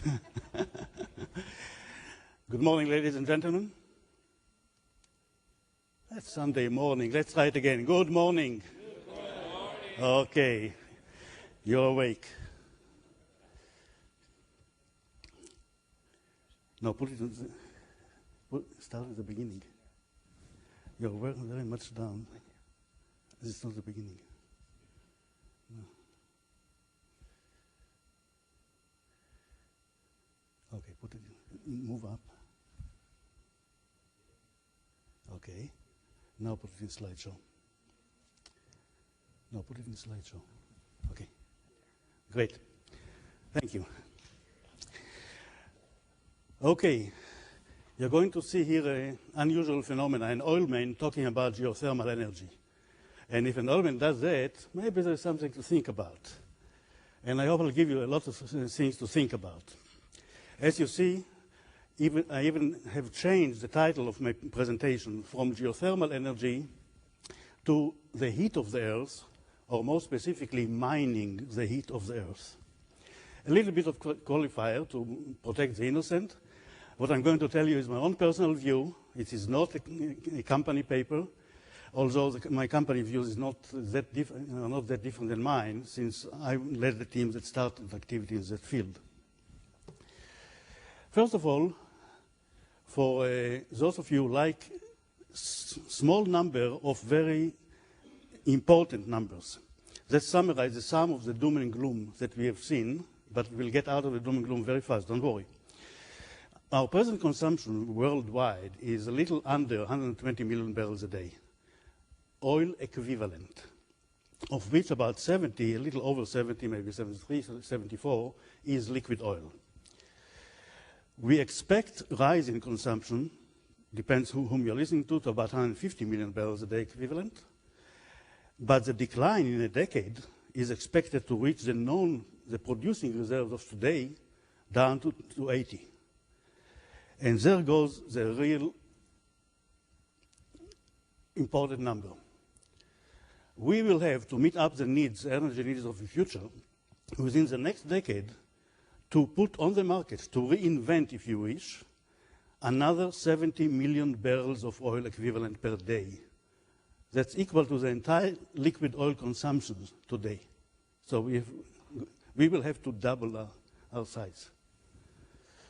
That's, in a nutshell, the summary of what we have seen in many, many plots yesterday. Okay, what I'm going to talk about is, first of all, look a little bit at the structure of the Earth. I'm going to be very kind to my non-geoscience friends and boring a little bit for my geoscience friends, because I'll set the geoscience framework. We'll talk about renewables, rank them. We'll talk about some limited hydrothermal and direct use.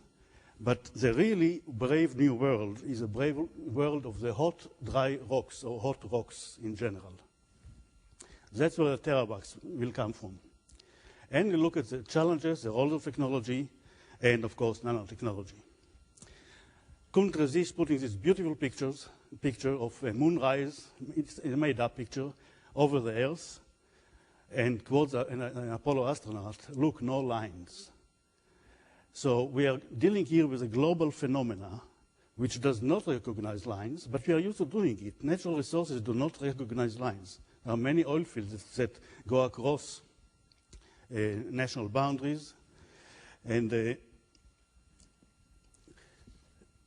I tried here to list the alternative energy sources. And on the left column, you see photovoltaic, direct conversion of sun energy, geothermal, the heat of the Earth, safe nuclear, yes, I've said that, safe nuclear, I believe it can be done, biomass, and then you have on the right column some others. Now, there is some high grading there.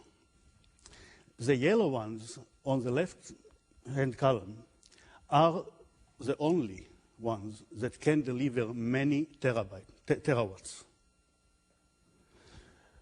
Things on the right are important, they are nice, every little bit counts, but they will not get to the many terawatt.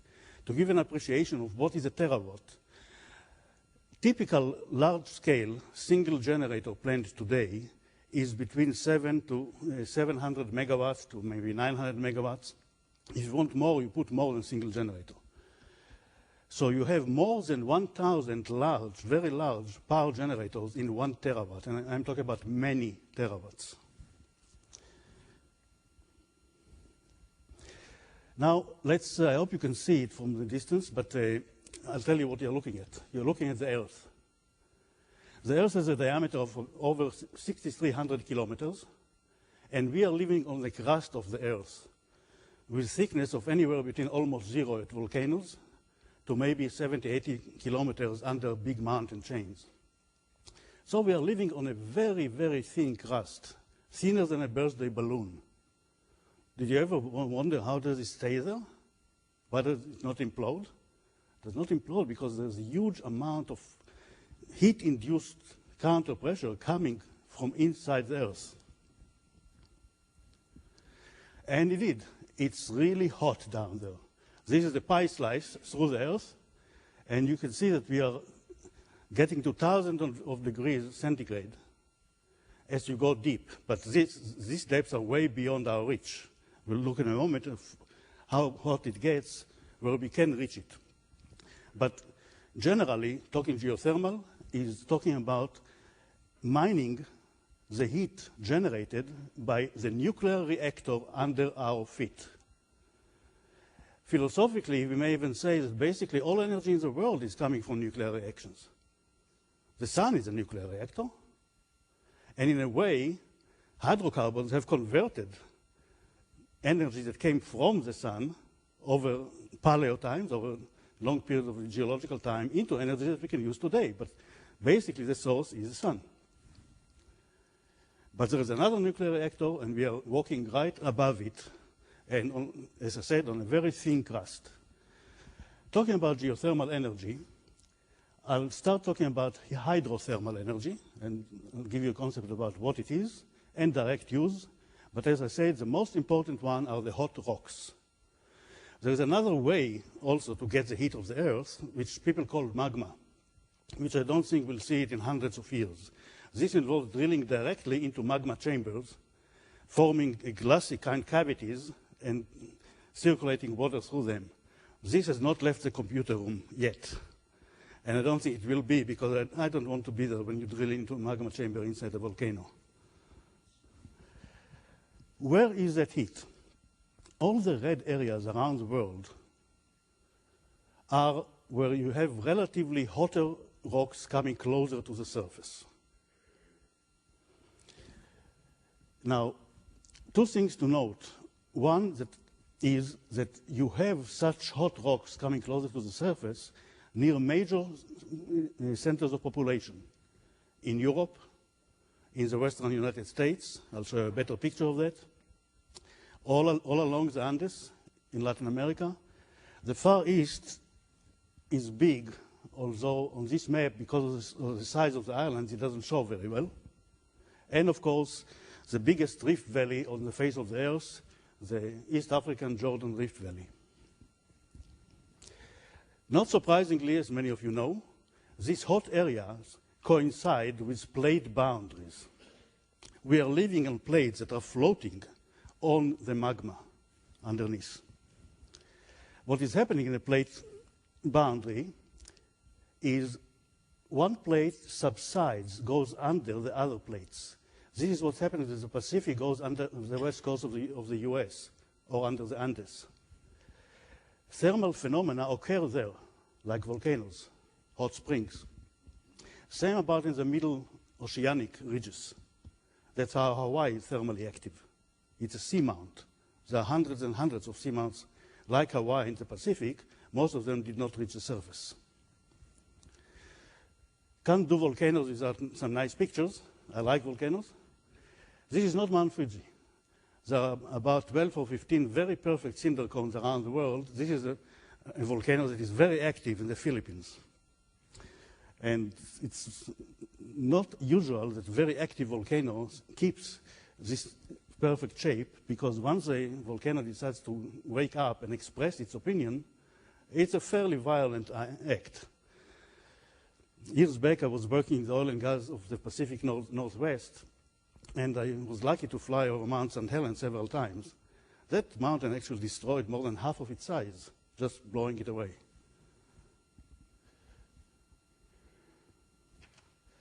Yeah, now let's go into the first type of a system, hydrothermal system. This is a case where you have hot rock and you have surface water, replenishable surface fresh water coming from snow melt or rain, penetrating into the hot rock, generating steam, and that steam comes up to the surface. That's where we are producing hydrothermal energy around the world. However, this type of geology is not very usual.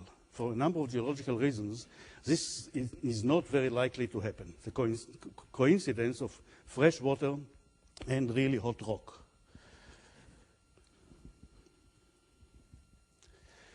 This type of hydrothermal energy is produced in a number of countries, about 40 countries total. The most important producers, as you see, is the US, Philippines, Italy, Mexico, and Indonesia, Japan. However, the real lack of proof is in the numbers. The total present of capacity of hydrothermal energy is about 8.5 gigawatt. That's a far cry from a terawatt. The world potential is estimated to be no bigger than 12 gigawatts. So it's a lot of energy, but for the sake of getting to what really counts, that's not going to solve the problem. It's hard to read the number for direct use, but it's also about 12 gigawatts or so. Where are these power plants? As you expect, they are in the western coast of the United States, Central America, New Zealand, Philippines, Japan, a little bit in East Africa, and in Europe. This gentleman is standing in front of the first electrical power generator operated in Lardarello, Italy, in the Po Valley, 100 years ago. That's what it looks like today. And it's a little hard to see, but there is the city of Lardarello, and there is a power plant. It's not a big one. It's only about 70, 80 megawatt, but it has been sitting there cranking almost cost-free, 70 megawatt or so for decades. That's not a bad little profit. This is one of 20-some plants in the geysers in Northern California. This is a much larger plant. The geysers produced almost 2 gigawatts, then declined. I'll come to it later. And what you can see, all of this steam, and you'll see much more steam in a moment, all of this is not non-polluting.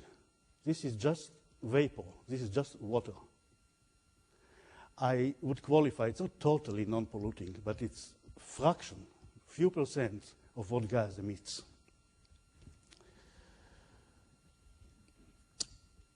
I don't know if you can see that very well, but this is in Japan. This lovely lady is walking on a hill overlooking the city of Beppu in southern island of Kyushu. There are thousands of fumaroles and hot springs in the city limit alone. You walk into the city and you're like walking into a play by Dante. It looks like an inferno. And they're using it. They're using it very, very well.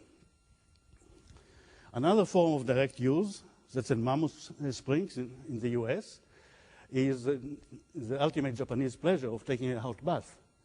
However, I'll caution you, if you take a trip and you find one of those, don't be too fast to jump into the water, because there are large temperature variations inside natural hot ponds or springs. You have to know what you're doing if you don't want to get cooked.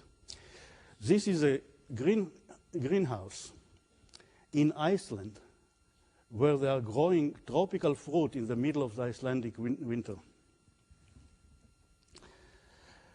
But, as I said, this is all lovely, clean, but this is not going to deliver the terawatts.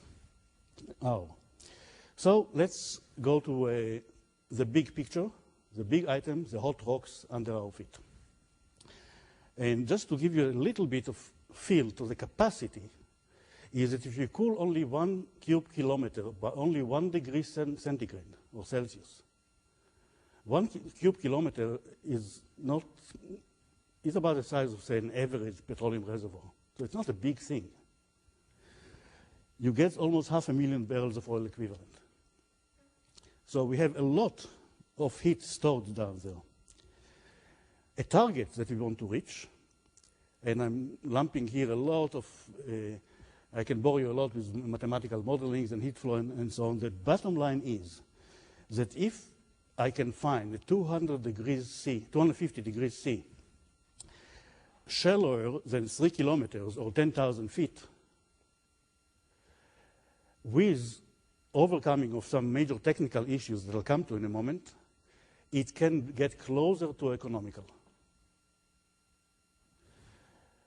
If I am at 250 degrees at 3 kilometers, this can be brought to the surface at about 220, and it is feasible with a dual cycle power generator to generate electricity out of 220. The temperature in the Earth varies. In general, it doesn't get much colder. It gets hotter and hotter and hotter as you go deep. The straight line, the straight dashed line, is sort of an average around the globe. a heat flow of, say, 23, 25 degrees per kilometer.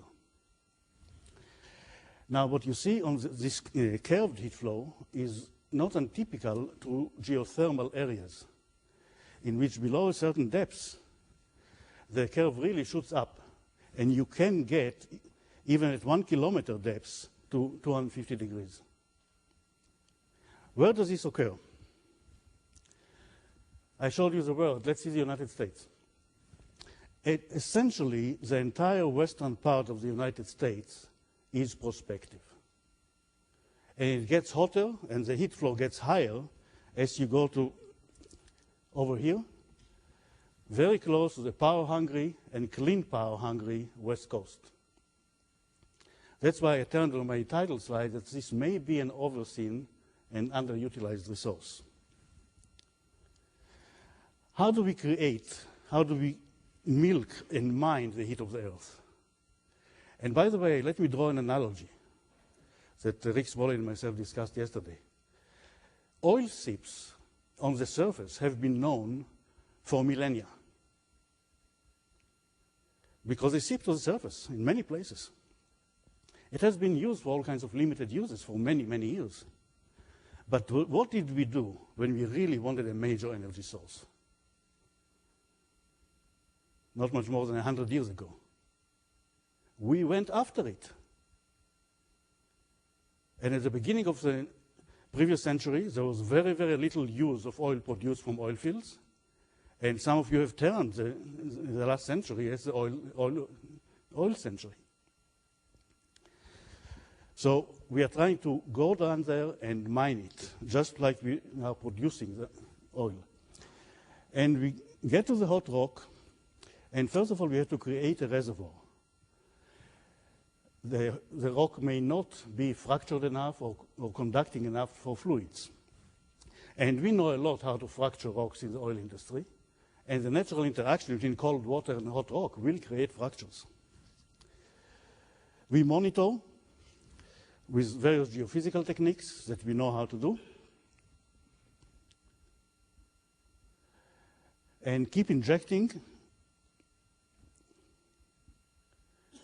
And eventually, we are getting to a cycle of water injection into the reservoir, steam coming up, and power plant generating the electricity. That's the ideal picture. We don't live in an ideal world, but that's the idea. Now, there are many technical challenges. The nice thing about it is that we know a lot about how to do it from the oil and gas industry. Like exploration, we know a lot about, as Volkan mentioned, the geophysical technology, different monitoring tools, seismic, electromagnetic, gravity, magnetics. We have many tools. We know a lot about reservoir modeling. We have certain well technologies that we can improve on. And maybe we can get to subsurface heat exchange. That one of the attractions that I have to hot rocks is when I look at the pilots done around the world, whether it's in the US with DOE support, in New Mexico, or whether it is in Japan, in the Schultz, in the Rheingraben, in Europe, in southern UK, they all did not carry the technology down to what we already know and do every day in the oil fields.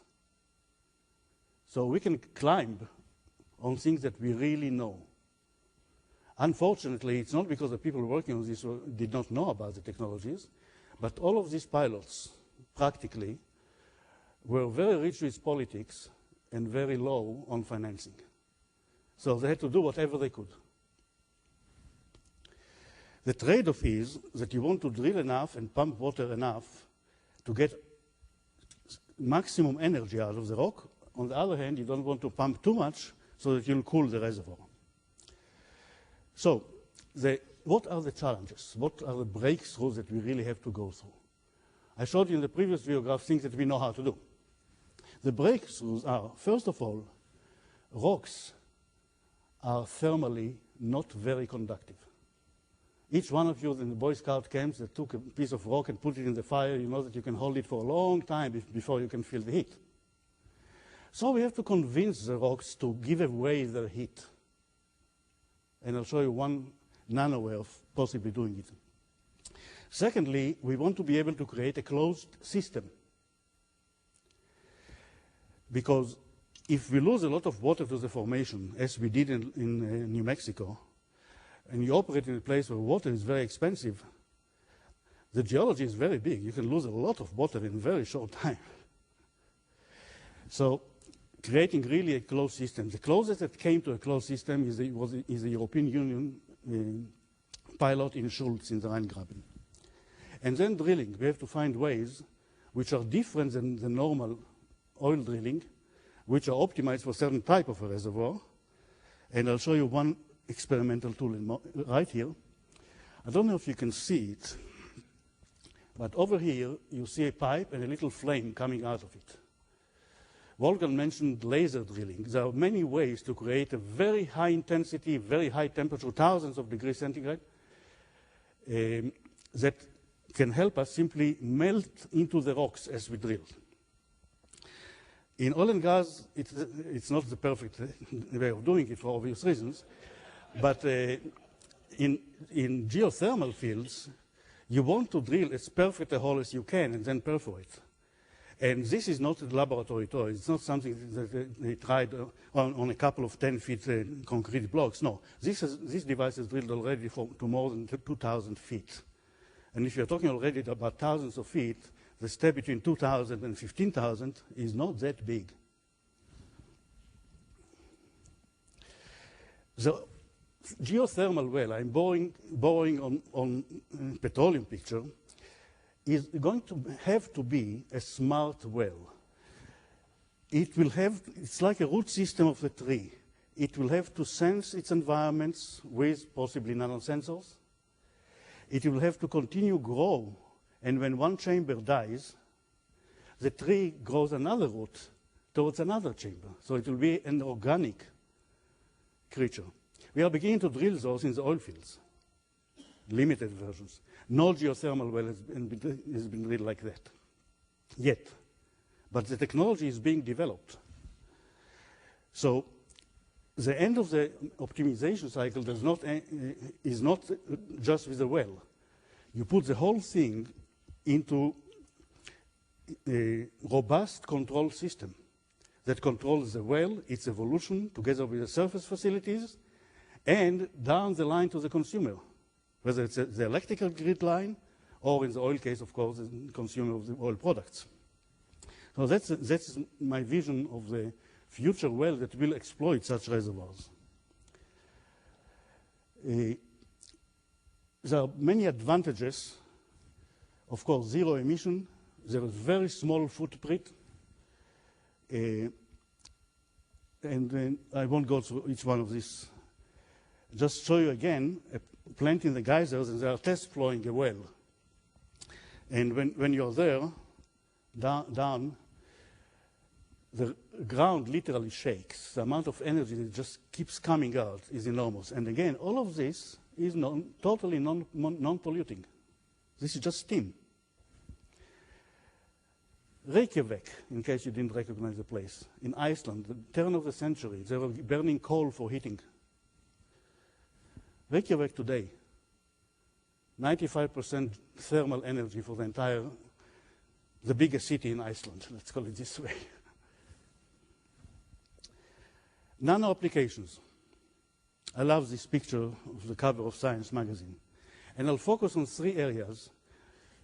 Some of the other speakers have almost covered the waterfront. I'll speak only about 3 areas that are very relevant to thermal and the hot rocks. First of all, remember I told you, rocks don't like to give away their heat.